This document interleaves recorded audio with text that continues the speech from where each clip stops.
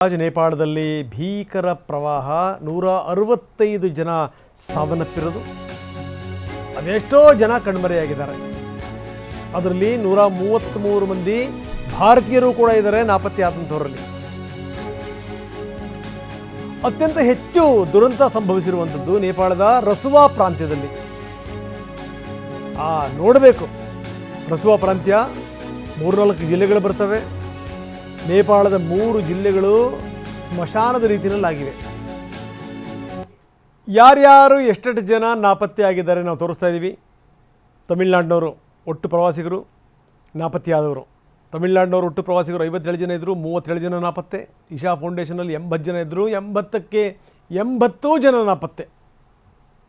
ಎಲ್ಲ ಪಾಪ ಬೇರೆ ಬೇರೆ ದೇಶದಿಂದ ಬಂದಿರುವಂಥವ್ರು ಇದ್ದಾರೆ. ಅದರಲ್ಲಿ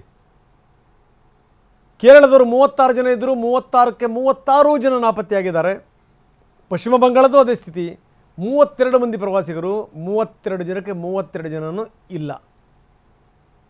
ಮಹಾರಾಷ್ಟ್ರದಿಂದ ಹೋಗಿರುವಂಥವ್ರು 7 ಜನ, ಆದರೆ 3 ಜನ ನಾಪತ್ತೆಯಾಗಿದ್ದಾರೆ.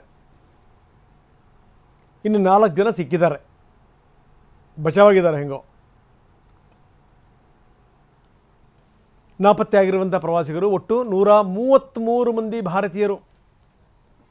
ಇವರೆಲ್ಲರೂ ಕೂಡ ಅದೇ ರಸುವಾ ಪ್ರಾಂತ್ಯದಲ್ಲೇ ಇದ್ದರು. ತೋರಿಸ್ತಾ ಇದ್ದೀವಿ ನೋಡಿ ನಾವು. ತಮಿಳುನಾಡಿನವರು 57 ಜನ, ಇಶಾ ಫೌಂಡೇಶನ್ ಅವರು 80 ಜನ, ಬೇರೆ ಬೇರೆ ಭಾಗದಿಂದ ಬಂದಿರುವಂಥವರು. ಭಾರತೀಯರು ಸೇರಿದಂತೆ ವಿದೇಶದ ಹಲವಾರು ಜನ, ಅಮೆರಿಕದ 54 ಜನ, ಆಸ್ಟ್ರೇಲಿಯಾದ 34 ಜನ, ಬ್ರಿಟನ್ನ 33 ಜನ, ಕೆನಡಾದ 24, ಮಲೇಷಿಯಾದ 19 ಜನ, ಕೊರಿಯಾದ 8 ಜನ, 341 ವಿದೇಶಿ ಪ್ರವಾಸಿಗರು ನಾಪತ್ತೆಯಾಗಿದ್ದಾರೆ. ನೆದರ್ಲ್ಯಾಂಡ್ಸ್ ಮತ್ತು ದಕ್ಷಿಣ ಆಫ್ರಿಕಾ ಆ ಪ್ರವಾಸಿಗರು ಕೂಡ ನಾಪತ್ತೆಯಾಗಿರೋದು. ಕನ್ನಡಿಗರೂ ಕೂಡ ಸಿಕ್ಕಾಕೊಂಡಿದ್ದಾರೆ. ಅವರಿಬ್ಬರನ್ನ ರಕ್ಷಣೆ ಮಾಡಲಾಗಿದೆ, ಕಲಬುರಗಿ ಮೂಲದವರಿಬ್ಬರು ಕೂಡ. ನೋಡಿ,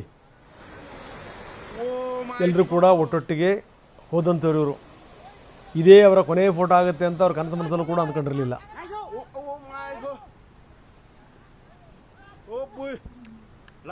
ಕೆಲವರು ಏನು ಹೋದರು, ಇವರೆಲ್ಲ ರಕ್ಷಣೆಗೊಳಗಾಗಿದ್ದಾರೆ, ಹೆಂಗೋ ಇವರು ಬಚಾವಾಗಿದ್ದಾರೆ, ಓಕೆ. ಇನ್ನು ಕೆಲವರು ಏನೇನು ಫೋಟೋಗಳು ತೆಗೆಸ್ಕೊಂಡ್ರಲ್ಲ ಅವೆಲ್ಲವೂ ಕೂಡ ಕೊನೆ ಫೋಟೋಗಳಾಗ್ಬಿಡ್ತು. ಯಾಕಂದರೆ ಈ ಇಶಾ ಫೌಂಡೇಶನ್ನಿಂದ ಹೋಗಿರುವಂಥವರು ಕೂಡ ಬಹಳಷ್ಟು ಜನ ಅಲ್ಲಲ್ಲಿ ಫೋಟೋಗಳು ತೆಗೆಸ್ಕೊಂಡಿದ್ರು, ಫೋಟೋಗಳನ್ನು ಹಾಕ್ಕೊಂಡಿದ್ರು ಸೋಷಿಯಲ್ ಮೀಡಿಯಾದಲ್ಲಿ. ನೋಡ್ತಿದ್ದಂಗೆ ಪ್ರವಾಹ ಬಂತು, ಕಣ್ಣು ಎದುರುಗಡೆನೇ ಪ್ರವಾಹ. ಮಲ್ಲಿಕಾರ್ಜುನ್ ಅನ್ನುವಂಥವ್ರು ಮಾತಾಡಿದ್ದಾರೆ, ಕಠ್ಮಂಡುವಿನಲ್ಲಿದ್ದರು ಅವರು. ಅದನ್ನು ನೆನೆಸ್ಕೊಂಡ್ಬಿಟ್ರೆ ಮೈ ನಡುಗತ್ತೆ ಅಂತಾರೆ ಮಲ್ಲಿಕಾರ್ಜುನ್. ಬನ್ನಿ, ಮಲ್ಲಿಕಾರ್ಜುನ್ ಟಿವಿ ಪ್ರತಿನಿಧಿ ಜೊತೆ ಮಾತಾಡಿದ್ದಾರೆ, ಏನು ಹೇಳ್ತಾರೆ ನೋಡೋಣ. ಮಲ್ಲಿಕಾರ್ಜುನ್ ಅವರೇ, ಹೇಗಿದ್ದೀರಿ, ಎಲ್ಲಿದ್ದೀರಿ? ಮೇಡಮ್ ಅವರೇ, ನಾವೀಗ ಕಠ್ಮಂಡುಗೆ ಬಂದು ಸುರಕ್ಷಿತವಾಗಿ ಒಂದು ಹೋಟೆಲ್ ಅಲ್ಲಿ ತಂಗಿದ್ದೇವೆ ಮೇಡಮ್. ಓಕೆ, ಎಷ್ಟು ಜನ ಹೋಗಿದ್ರಿ? ತಾವಿದ್ದಾಗಲೇ ಪ್ರವಾಹ ಆಯ್ತಾ? ತಾವು ನೋಡಿದ್ರ ಏನಾಯ್ತು ಅಂತ? ನಾವು ನೋಡಿದ್ದೇವೆ ಮೇಡಮ್. ನಾವು ಒಟ್ಟು 21 ತಾರೀಕಿಗೆ ನಾವು ಆಂಧ್ರದ ಒಂದು ಏಜೆನ್ಸಿ ಥ್ರೂ ಬುಕ್ ಮಾಡಿದ್ದೇವೆ ಮೇಡಮ್. ನಾವು ಕರ್ನಾಟಕದಿಂದ ಮಳಿಯ ನಾವು ಇಬ್ಬರು ಇದ್ದೇವೆ. ಓಕೆ, ಉಳಿದವರೆಲ್ಲ ಮಿಕ್ಕಿದವರೆಲ್ಲ ಆಂಧ್ರದವ್ರು ಇದ್ರು ಮೇಡಮ್. ಒಟ್ಟು 25 ಜನ ಪ್ರವಾಸ ಮಾಡಿದ್ದೇವೆ ಮೇಡಮ್. ಏನಾಯ್ತು? ತಾವೇನ್ ನೋಡಿದ್ರಿ? ಮೇಡಮ್ ಅವರೇ, ನಮ್ಗೆ ನಿನ್ನೆ ಚೈನಾ ವೀಸಾ ಸಲಕ್ಕೆ ಲೇಟ್ ಆಯ್ತು. ನಿನ್ನೆ ಕನ್ಫರ್ಮ್ ಆಗಿತ್ತು. ನಿನ್ನೆ ಬೆಳಿಗ್ಗೆ ನಾವು ಪ್ರಯಾಣವನ್ನು ಸ್ಟಾರ್ಟ್ ಮಾಡಿದ್ದೇವೆ. ಒಂದು 2 ಗಂಟೆ ಜರ್ನಿ ಆದ್ಮೇಲೆ, 2 ಗಂಟೆದ ಪ್ರಯಾಣದ ನಂತರ ಜಸ್ಟ್ ಇನ್ನೂ ಒಂದು 200 ಮೀಟರ್ ಇದ್ದಿಲ್ಲ ಸರ್, ಒಮ್ಮೆ ಸಡನ್ಲಿ ಫ್ಲಡ್ ಬಂತು. ಒಮ್ಮೆ ಭಯಂಕರ ಆ ದೃಶ್ಯವನ್ನು ನೆನೆಸಿಕೊಂಡ್ರೆ ಇದಾಗುತ್ತೆ. ಅಷ್ಟು ಹೊಗೆ ಬಂದು ಒಮ್ಮೆ ಏನ್ ಊರೇ ಮುಳುಗಿ ಹೋಗ್ತಾ. ನಾವು ತೆಗ್ಗು ಪ್ರದೇಶದ ಬಂದಿದ್ದೇವೆ ಮೇಡಮ್. ಅದೊಂದು ಊರು, ಪಟಟ ಅಂತ ಏನೋ ಊರು ಅದ ಹೆಸರು. ಓಕೆ, ಒಮ್ಮೆ ಬಂದು ನಮ್ಮ ಡ್ರೈವರ್ ಸಡನ್ಲಿ ಗಾಡಿ ಟರ್ನ್ ಮಾಡಿ ಎತ್ತರದ ಪ್ರದೇಶಕ್ಕೆ ತಗೊಂಡ್ ಬಂದ ಸರ್. ಅಂದ್ರೆ ಕ್ಷಣ ಮಾತ್ರದಲ್ಲಿ ಅಲ್ಲಿದ್ದಂತವರಿಗೆ ಬಚಾವಾಗೋದಕ್ಕೆ ಅವಕಾಶವೇ ಇರ್ಲಿಲ್ಲೇನೋ? ಅವಕಾಶನೇ ಇದ್ದಿಲ್ಲ, ಆ ಟೈಪ್ ಇತ್ತು ಮೇಡಮ್. ನಮ್ಮ ಎದುರೇ ಒಂದು ಜಸ್ಟ್ ಒಂದು 10 ಮಿನಿಟ್ ಮೊದಲೇ ಒಂದು 2 ಬಸ್ ಹೋಗಿದ್ದೇವೆ ಮೇಡಮ್. ಅವು ಇನ್ನೂ ಮಿಸ್ಸಿಂಗ್, ಕಾಂಟ್ಯಾಕ್ಟ್ ಬರ್ತಾ ಇಲ್ಲ. ವೆಸ್ಟ್ ಬೆಂಗಾಲ್ದವ್ರು 2 ಬಸ್. ಅಂದ್ರೆ ಏನ್ ಅಲರ್ಟ್ ಇಲ್ಲ? ಯಾವ ಹವಾಮಾನ ವೈಪರೀತ್ಯ ಆಗುತ್ತೆ ಏನು ಅಲರ್ಟ್ ಇಲ್ಲ, ಏನು ಎಲ್ಲ. ಇಲ್ಲಿ ಕ್ಲೈಮೇಟ್ ಕ್ಲಿಯರ್, ಏನು ಮಳೆವೇ ಇಲ್ಲ.